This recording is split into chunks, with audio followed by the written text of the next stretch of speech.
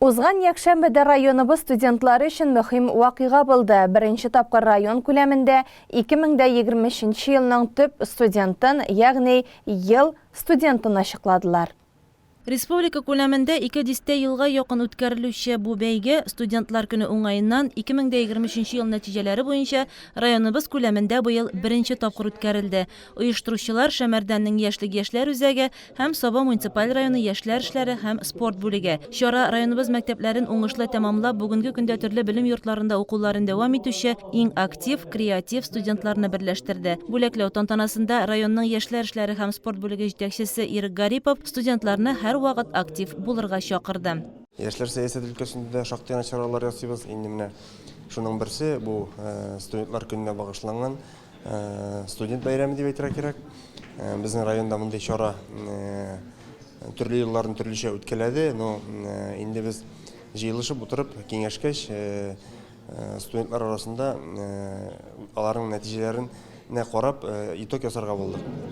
Инде менә монда бүген без шушы җыелган студентларны, конкурста катнашкан студентларны бүләкләп итәчәкбез. Монда инде без ел дәврендә төрле өлкәләрдә үзен актив күрсәткән, кайлардадыр җиңүләр яулаган студентларны билгеләп үтәсеп килә. Монда безнең беренче номинация. Монда инде вузлар белән параллель рәвештә СУЗларда укучылар арасында да безнең конкурс үтте. Безнең инде итог ясау җиңел булмады.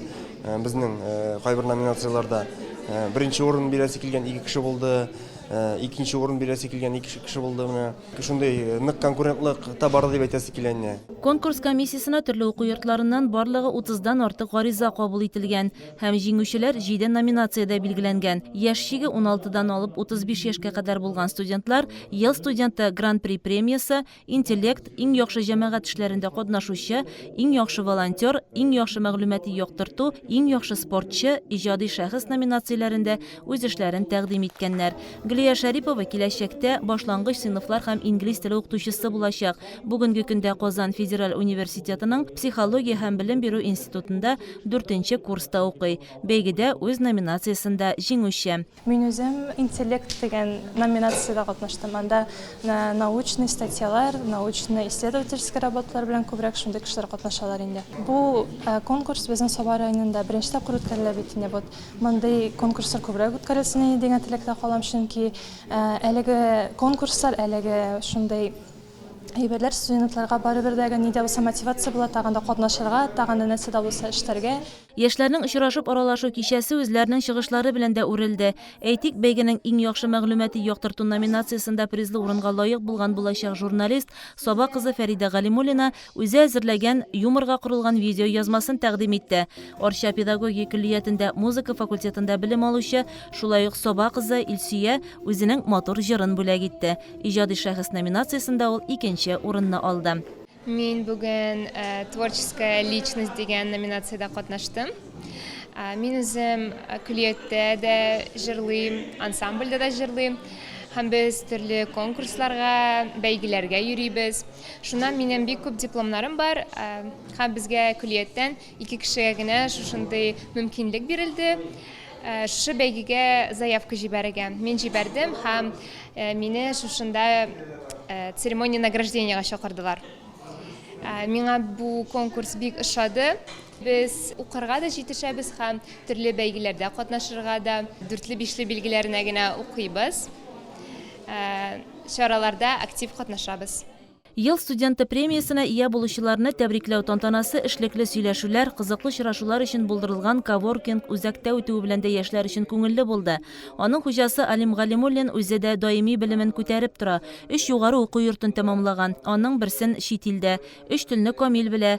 Хәзерге вакытта Кытай телен үзләштерә. Студентлар каршында чыгыш ясап, хыялларны максат итеп тормышка ашырып яшәргә кирәк, диде ул. Безнең яшьләргә инде әйтәсе килә, укуны туктамаска кирәк, аны укуда. Үзем шул укый башлан хан, әле быел тагын берсен бетердем. Уку инде ул кирәк теге безнең дөньяви нәрсәне төшеп калмаска, алда барып, чөнки уку йортына кергәч тәгән белем алуына түгел, ул дуслар, шул дуслар белән ага таба бер максат эшләү. Безнең яшьләргә сау яшәрне әйтәсем килә, безнең күп инициатива, идеялары. Biz indi Үзебездән нисә эшләр тырышабыз. Инде пространство ясарган, индидер эшләргә, но яшьләрдән активность көтәбез. Сабаны нәрсә эшлисе килә, ничесе килә. Барыбер да безнең инде шуны әле генә әйтеп тә киткәнем. Кая тудың, шунда үзен файдага китерә кирәк. Ел студенты 2023 Гран-при премиясына югары уку йортларының 3-5 курс студентлары һәм магистратурада укучылар дәгъва кыла алды. Төп шарт булып, аларның яхшы билгеләренә генә укуы, сәламәт яшәү рәвеше алып баруы, уку йортының җәмәгать тормышында активлыгы, фәнни тикшеренү эшләрендә нәтиҗәлелек, яшьләр сәясәтенә өлеш кертүе тора. Район күләмендә беренче тапкыр үтүче бу бәйгенең зур исеменә Казан федераль университеты магистры Айгөл Мотыйгуллина ия булды. Әлбәттә, инде иң беренче хисләр ул дулкынлану хисләре бер дә уема килмәде. Әлеге конкурста җиңеп чыгармын дип, чөнки инде безнең Саба районында талантлы яшьләр, студентлар алар бик күп һәм алар арасында әлеге гран-прига ия булуыма мин бик шиксез шатмын. Магистратураның 2нче курсында белем алам, бу ел укуым тәмамлана һәм уку елымны шушындый зур бәйгедә җиңү белән тәмамлауга мин бик тә сөенәм. Әлеге бәйгедә инде катнашырга әлбәттә кыен булды, чөнки ничә ел буе җыелган грамота, дипломнарны җыеп алырга һәм конкурска критерийларга туры китереп җибәрергә, документны тутырырга ул әлбәттә күп вакытны сорый. Чараны үзләренең юмористик чыгышлары белән танылу алган татар стендабы осталары алып барды. Күңелле уеннар яшьләрне тагы да җанландырып җибәрде. Ә мондый нәтиҗәле, кызыклы очрашу исә аларның тормышында, укуларында тагы да югарырак үрләр яуларга, куйган максатларына ирешергә этәргеч бирәчәк. Яшь буынга хәрби патриотик тәрбия бирү көн үзәгендә торган бурычларның берсе. Әлеге юнәлеш буенча эшләүдә мәктәпләр алдына да зур бурычлар куела. Бу очракта Республика хәрби диңгез флоты ветераннарының экипаж атна семья халык ансамбленең дә нәтиҗәле эш алып барганын әйтеп үтәргә кирәк. Бу атнада алар районыбызның Килдебәк һәм Лесхоз урта мәктәпләрендә булдылар. Экипаж атна семья ансамбленең оешуына 25 ел вакыт узган. Һәм шушы еллар эчендә үсеп килүче буынга патриотик тәрбия бирүгә үз өлешләрен кертү төп максатларның берсе булып калган. Ансамбль репертуарында Совет һәм Россия авторларының диңгез, хәрби хезмәт, ватанны саклау турындагы җырлары урын алган. Бирегә йөрүчеләрнең күбесе инде өлкән яшьтә, иң өлкәннәренә 88 яшь. Былтыр безнең организациягә, морской собраниегә, аннан безнең ансамбльгә, народный ансамбль дип аталган ансамбльгә 25 ел тулды. Без ел буена концертлар куябыз. Менә былтыр 60лап концерт куйдык төрле районнарда. Безнең самый главный не инде балаларны тәрбияләү нине. Безнең үзебезнең традицияләрне, морской традицияләрне, морской безнең ниләр шушы җырлар аркылы кешеләрне тәрбияләү безнең самый главный. Ел сайын без барабыз, Санкт-Петербургка барабыз, Ленинградка барабыз. Безнең ансамбль заманында барды Балтийский флотка да барып, Кронштадтта, Санкт-Петербургта выступать иттеләр. Алар выступать иттеләр, Каспийский флотилиядә выступать иттеләр. Иң олы кешеләргә безнең ике участникка уже 88 яшь китте.